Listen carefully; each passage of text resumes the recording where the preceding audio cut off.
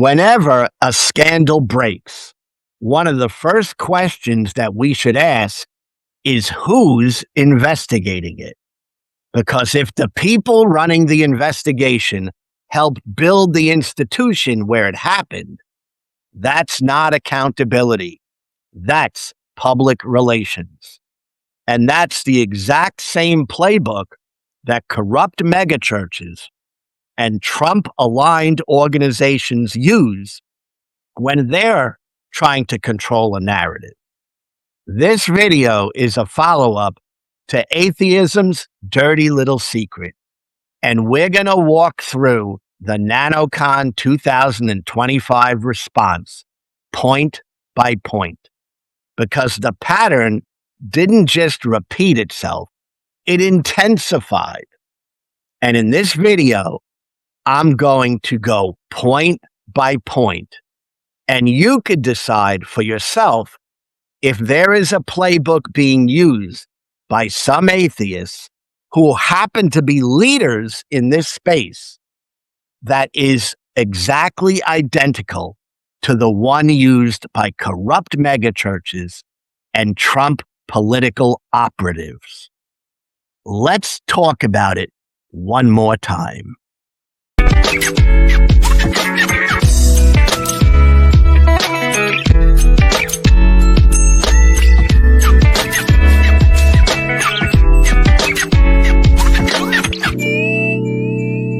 Point 1.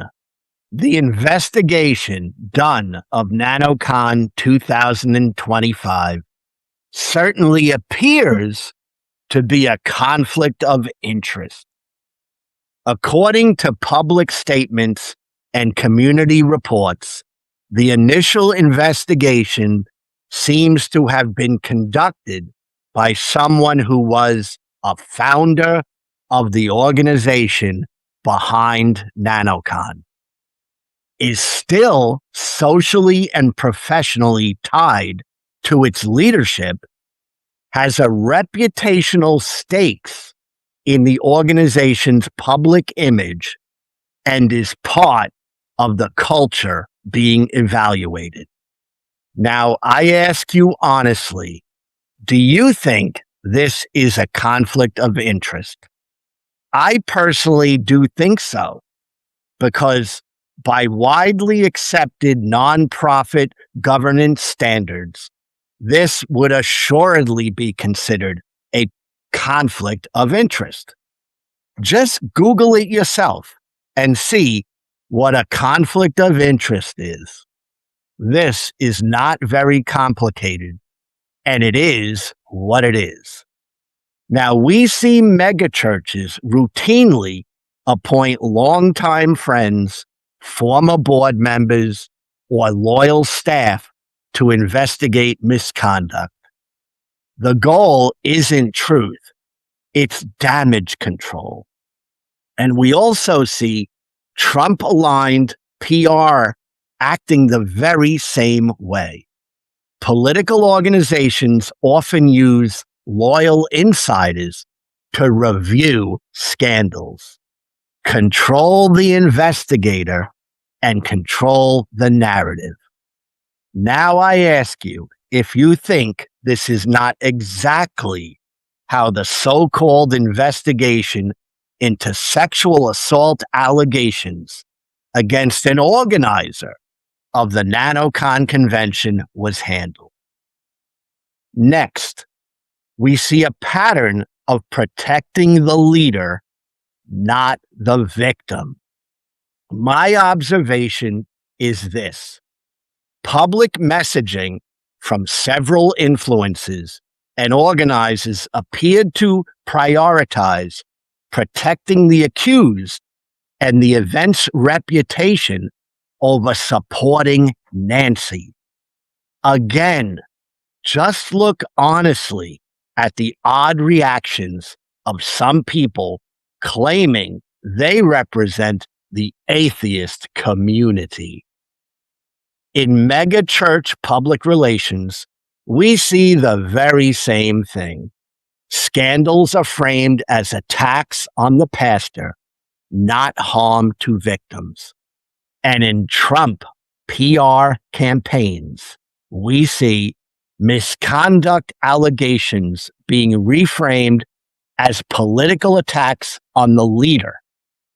We see very clearly in NanoCon 2025 that defenses are centered on protecting the accused, not the person who reported harm.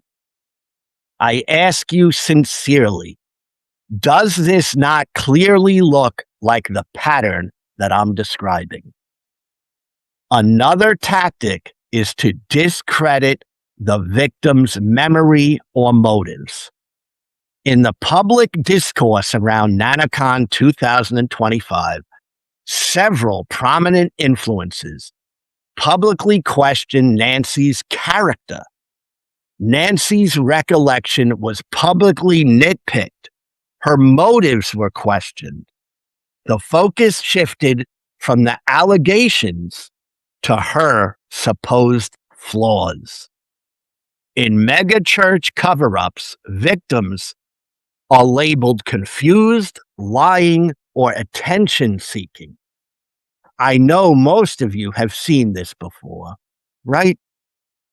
And in Trump cover-ups, critics are framed as dishonest, biased, or acting in bad faith. Do you see the similarity? Yes or no? Now, in megachurches and in Trump cover-ups, we clearly see that they reframe the scandal as an attack on the community. I'm pretty sure you've seen this one, right?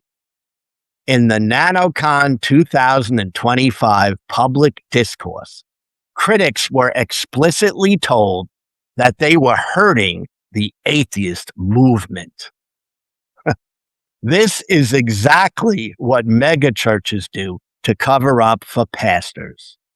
Misconduct becomes an attack on Christianity. And I think we've all seen this tactic before. And in Trump public relations, scandals become attacks on the movement. In NanoCon 2025, online public discourse by prominent atheist influences that we see, the allegation made by Nancy was reframed as a threat to secular spaces, not a safety concern.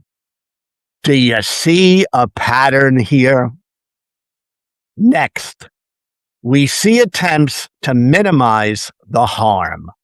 Some very popular online influencers reacted to the incident at NanoCon 2025 by describing it as drama, miscommunication, or completely overblown.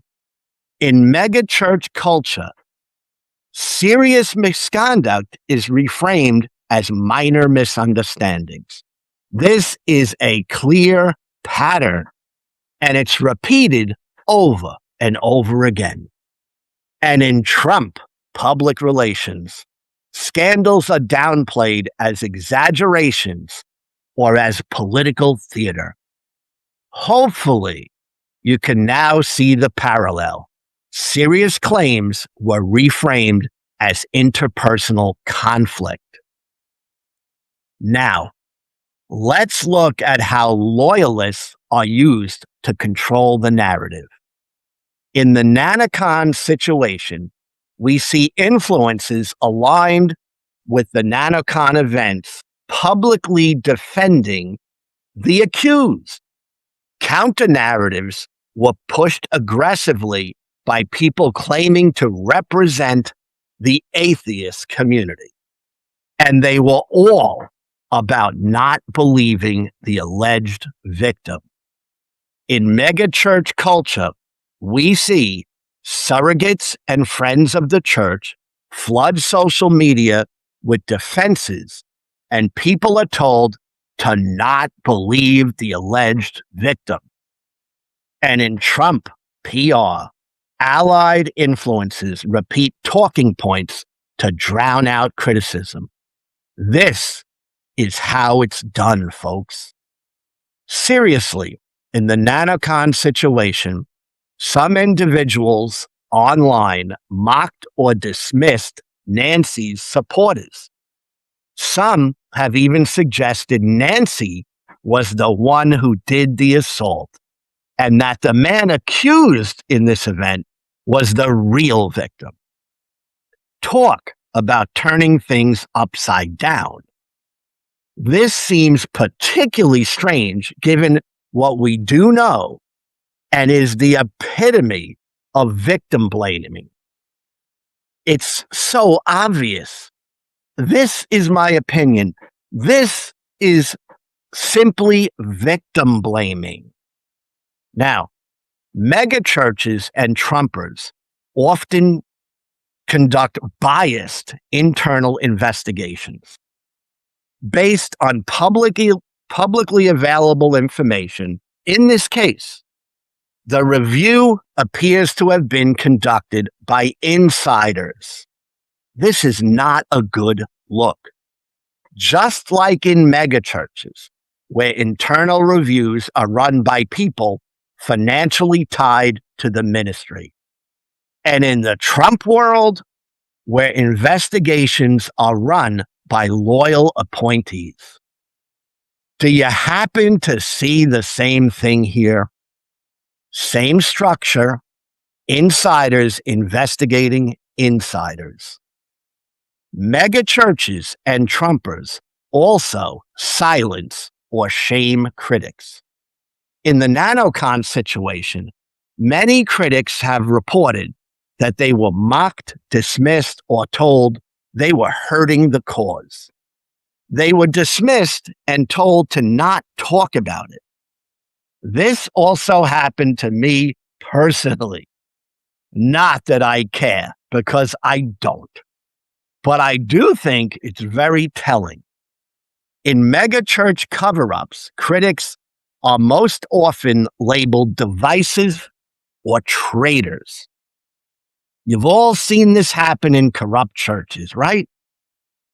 And in Trump PR tactics, critics are framed as enemies of the movement. I'm sure you've seen this, right? Clearly, in the NanoCon online coverage, this has been a debacle. Criticism has been framed as disloyalty to the atheist community.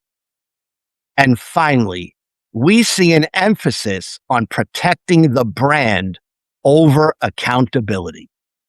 In the public discourse on NanoCon 2025, we see some big influences who say they represent the community being focused on protecting NanoCon's reputation and future attendance. Certainly, I must not be the only one who sees this. Of course, in megachurches, we see over and over again the protect the ministry brand at all costs mentality. And in Trump public relations, we see protect the campaign brand above everything else. Can you see the similarities? In the NanoCon commentary by some pretty big players in the YouTube space, we see atheist influences who say they speak for the community. So it strongly appears to me that NanoCon brand protection overshadowed the concern for Nancy and her well-being. And that is very sad. Protecting victims should always be the number one priority in these types of uncomfortable and dirty situations. Now, when a community built on skepticism responds to a serious allegation using the exact same crisis management tactics as corrupt megachurches and Trump-aligned public relation machines, that's not a coincidence. That's a pattern that I see clearly. And patterns do matter, folks, because if we can't recognize institutional behavior when it happens in our own backyard, we're not practicing skepticism. We're practicing denial. Now, I would love to hear any and all comments. Please leave a comment if you want to express something. I don't censor my channel. Okay. If you disagree with me, fine. That's what open dialogue is all about. And that's what free speech is all about. So if you want to talk, and if you agree with me, please comment.